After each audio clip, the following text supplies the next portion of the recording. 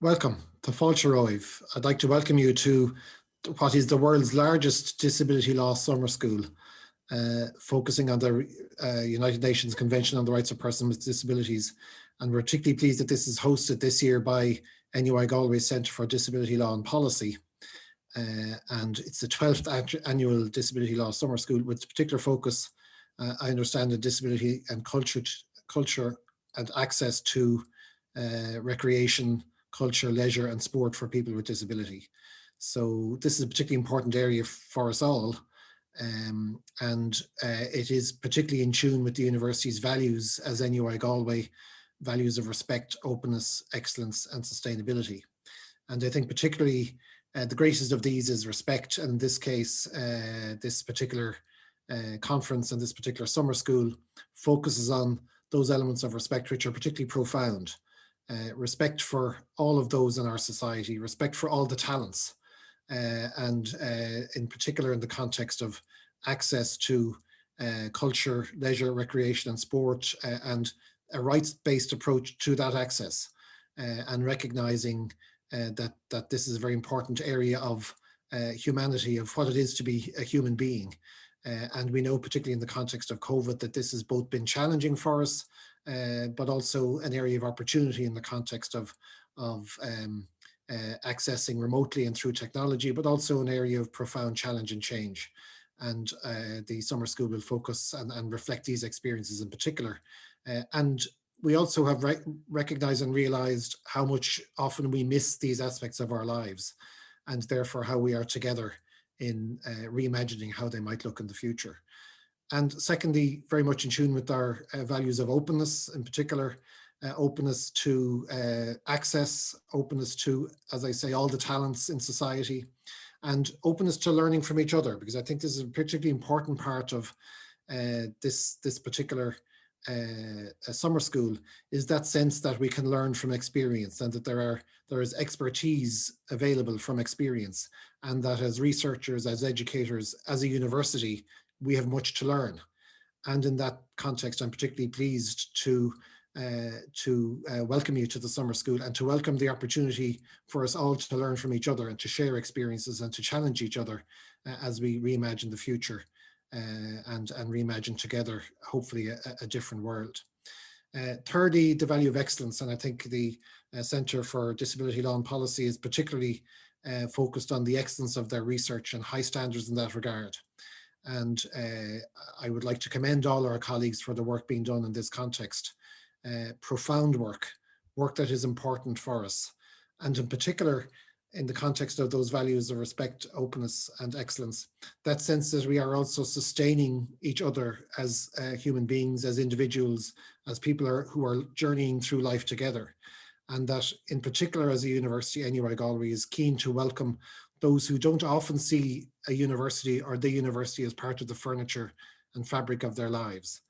And I'm particularly conscious and keen as president of NUI Galway to be open to different groups of people, different people who feel often marginalized, feel often that they are not often welcomed, but that it is particularly profound and important and valuable and critical for us to cherish all members of our society and welcome all members of our society, and to make the facilities, the opportunities, the concepts and the practice available to all members of society to engage with those areas of culture, leisure, recreation and sport which are particularly important for us all. So, thank you all very much for being part of this particular summer school. We hope to welcome you to Galway in person someday, and we're sorry this year that we're not able to do that, but I hope that you nonetheless find this particular summer school accessible in so many ways and interesting in so many ways. And in particular, I think it is an opportunity for us all to learn from each other. And we are, as NUI Galway, a learning institution. We are, as individuals, people who learn from each other. And I'm particularly keen on that not only do we see this as an opportunity to share our experience, but also to change, to understand each other, and to change society as a consequence. So, Gomíl Maithfidh, Tá Fáilte, and I wish you the very best for the summer school. Thank you. Welcome everyone to the 12th International Disability Law Summer School hosted by the Centre for Disability Law and Policy at NUI Galway. My name is Eilionóir and together with my colleague Maria, I'm co-directing this year's summer school on the broad topic of disability and access to culture. So I'm going to tell you a little bit about the history of summer school and our transition this year to an online format before handing over to Maria, who's going to explain more about the detail of why we chose this topic and what the 5 weeks of summer school will look like. So let me just return to the history of the summer school for a moment. The summer school was born out of an idea to create a more accessible way to engage with disability activists, researchers and community leaders around the world on the issues that we are collectively facing. So it started life as a focus on European disability law, but it quickly expanded beyond that as we realised the need to work more with colleagues in all parts of the globe. And while for many years now, we have been fortunate to bring together a really exciting group of disabled people and their allies from all different professions and disciplines, whether as students, as researchers, as activists, as policymakers, we also have been so lucky to be able to bring people physically to Galway from all corners of the globe. And as the president previously said, of course, we wish we could all be physically present with each other again this year. But unfortunately, that wasn't to be. And so while last year we had to make the difficult decision to postpone the summer school, this year we decided that it was really important to run it in an online format, even though that wouldn't necessarily be our preferred way of running it. But it's interesting to reflect on that too, because we've noticed this year throughout the pandemic how important it has been to make events accessible to disabled people and to people all around the world. From our living rooms, from our bedrooms, from our home offices, we've been able to take part in discussions that previously would have been very difficult for many of us to actually take part in. So we hope that the summer school can be something that contributes to that ongoing debate and discussion and connects with a wide audience as we would in person every year as well. But we recognise that there are challenges with the online format. And so we have tried to spread out what would normally be 1 week of fairly intense activity in Galway across 5 weeks of a programme that allows people to dip in and out as they can, as they have time and energy, and to be able to consume the material that we share in different ways. So we will be sharing, for example, recordings that people can watch or listen to in their own time, as well as having a number of live sessions so that people can interact in real time with each other and be able to discuss and debate the ideas collectively. So let me say a little bit about this topic and this year before handing over to Maria, who's going to talk in more detail about what we chose to focus on. We are very interested in a broad understanding of the access that disabled people require to all types of culture, art, recreation, leisure, and sport. And initially, the idea for this summer school came from some fortuitous timing, which was that Galway had been jointly designated the European Capital of Culture for the year 2020. So when we had planned to hold this summer school in person in 2020, we thought it would be great to collaborate with Galway as the City of Culture and to focus on disability and culture for that reason. And when we were thinking about whether we could continue to run the summer school in an online format and whether we should maintain our commitment to the same theme, it became increasingly obvious to us that culture is one of the things that has gotten most of us through this pandemic in one piece, or relatively intact at least. So it's whether it's been the films we've watched, the books we've read, the podcasts we've listened to, the music that we've enjoyed. There are so many different ways, or the sport that we've played or watched. There are all sorts of ways to benefit from culture that really are meaningful to everyone. And if there was ever a time to ensure that culture became and stayed more accessible to disabled people, then surely it should be now in the midst of a global pandemic. When theatres are closed, what better time do we have to actually renovate them and make them physically accessible? When we are live streaming so many cultural events, what better time to make a broader, more sustainable and long-term commitment to continue to do that, even as society begins to reopen and things return to some level of normal. So in preparation for this summer school, we hope we have, as usual, brought together quite a wide range of speakers and panelists and chairs from across a number of different perspectives, from countries across the globe, and different experiences of disability and different ideas of what participating in culture means. And one of the things that I'm most proud of is that we have reached out to the President of Ireland as part of preparing this year's summer school. And he has sent a particular message to the delegates of the summer school, which I would like to share with you now before handing over to Maria to tell you more about what we have planned.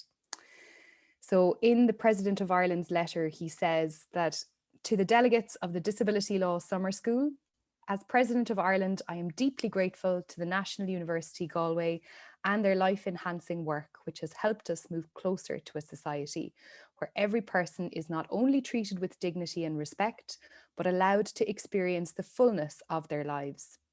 May I say how delighted I am to send my best wishes to all those taking part in this year's Disability Law Summer School and wish you every success with all your future endeavours. And for our international colleagues, I want to say that not only is the President of Ireland a beloved figure in general in our history and culture, but he has had a very meaningful role in supporting the arts and supporting culture in Ireland and culture created by Irish people. So he, at an earlier point in his political career, was in fact the Minister for Arts, Culture, Heritage and the Gaeltacht, which is our Irish language speaking region within the country. And so I think it's particularly meaningful to have his good wishes for us as we embark on this journey of our first ever online virtual International Disability Law Summer School. So I wish all our delegates the very best as we go on this journey together. And I hope that it will be at least as fulfilling and interesting and engaging as the previous in-person summer schools have been, and that we find new ways to connect with each other and continue the conversation after the summer school is over too. I'm so very excited to welcome you all to summer school. When we initially started planning this summer school, I don't think I would have believed you if you told me I would be doing it in my slippers. When Eilionóir first spoke about the idea for an Article 30 summer school, I was slightly skeptical, to be quite honest. I thought it was interesting, but arguably a slight fringe topic, and I was so very wrong. And in what's been 3 years since that initial conversation, I've really gone on a journey with this, from being one of those people who completely overlooked Article 30 to someone who really sees the importance of it. Article 30 is a glue that helps everything else fit together. It covers so much of what it means to be human. Access to culture is access to joy. It is access to the tools that help us understand despair. It allows us to understand ourselves and our world better, and it shapes the traditions and rituals that become part of us. It is essential. It defines us and allows us to explore our identity and the world around it. And denial of this right and of this experience is our human rights violation. It should not be overlooked and should be given the recognition it deserves. Over the last 18 months, I've gotten to speak to many of the people presenting over the next 5 weeks. They reflect the brilliance, the depth, and the diversity of Article 30, and I'm honoured to have them with us. In our first week of online summer school, we'll focus on the human right to participate in cultural life and recreation, leisure and sport for disabled people as outlined in Article 30 of the Convention. Through our pre-recorded panel and through our keynote, we will explore the broad framework of this topic and what it means from a human rights perspective. We will also begin to engage with that further through our participatory exercise on Article 30 and on drafting the Galway comment and interpretation of Article 30. In week 2, we will focus on the voice of disabled people and various representations of disability, including looking at disability in the media, but also the power of storytelling and being able to tell our own stories.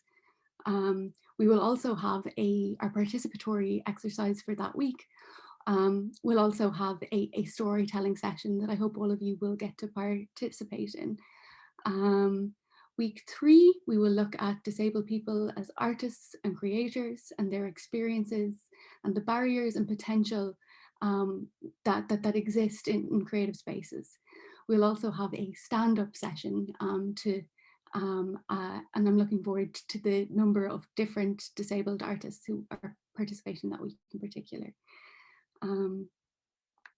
Week 4, we will explore sport, leisure and play, a crucial element of Article 30. We will have a really wonderful conversation on Article 30 in childhood, which I'm very much looking forward to, and also a panel on sport, looking not only at disability sport, but also gender in sport, intersex athletes and trans athletes, to ensure that we have some of the conversations about what participation means and categorization means and the different models we use for sport. I'm very much looking forward to that. In week 5, we will explore access and culture for disabled people. And that means both exploring our culture as disabled people and how that culture interacts with broader culture, but also participation in cultural life from kind of all angles. And we'll finish with, and that's our final week, and we'll finish out with, by closing out our Craftivism and also our draft, our comment, our Galway comment on Article 30. So I'm really looking forward to this and really excited about everyone who's participating. Some housekeeping to make sure that everything's clear. Each week you will receive one email containing information about the week, the links to the pre-recorded video, the link to the 2 live sessions, and details of any extra meetings for the participatory exercise, including the details of our artist of the week. We will record each of the live sessions every week, and that link will be circulated as soon as possible after that session for anyone who misses it. We will also share materials from the participation activity. Questions and answers will not be recorded, and recording of these closed sessions will only be available for a limited period of time after the event. Zoom login details will clearly be labelled on the weekly email. You will need to log in with the same name and email address you used as at registration in order to be able to access these sessions. We will also include links to our Discord server, so people can join in if they wish. We're hoping that Zoom will allow more space for everyone to interact with each other over these 5 weeks. There will be several channels and discussions and groups, so you can all share experiences and ideas and various things.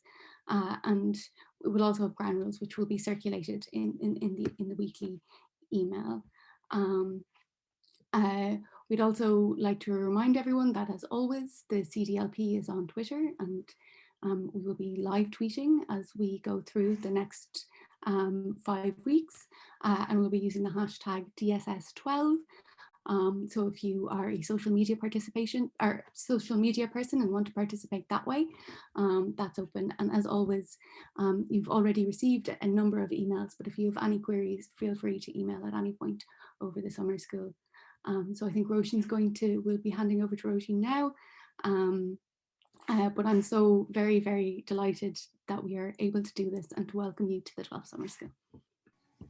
Hi, hello. My name is Róisín Hackett, and I'm a woman with blonde hair tied up in a bun, and I'm wearing a sort of goldy coloured, nicely textured jumper, and I'm white, and I have blue eyes. I'm an Irish visual artist, writer and curator, and I have a degree and master's from the National College of Art and Design in Dublin. But more recently, I was awarded the Arc Lab Gallery Curatorial Scholarship and graduated with an MA in Art Research and Collaboration from the Institute of Art and Design Technology in Dunleary. I have cerebral palsy, epilepsy, and dyspraxia. And for this scholarship, I researched access and inclusion for disabled people in the arts. I've been making art and interested in other people's art since I was very young. However, it's only recently that I've begun to think about art and culture and disability. For this year's International Disability Law Summer School, I'm delighted to have been asked to be the Craftivism coordinator. Craftivism is a combination of two words, craft and activism. It is a visual handmade form of activism, which usually includes elements of anti-capitalism, feminism, and environmentalism. For example, in Ireland in the 2018 Together for Yes or Repeal the 8th campaign, craftivism played a huge role, similarly to the Black Lives Matter movement and other feminist movements in recent times. Craftivism can include any visual art or design work, including but not limited to drawing, painting, street art, collage, embroidery, crochet, knitting, posters, and digital art. For the craftivism aspect of the International Disability Law Summer School, we invite you to make craftivism pieces inspired by disability and culture, art, or sport. You can make words, slogans, images, or patterns using any materials you have with you at home. Craftivism is about being creative with what you have.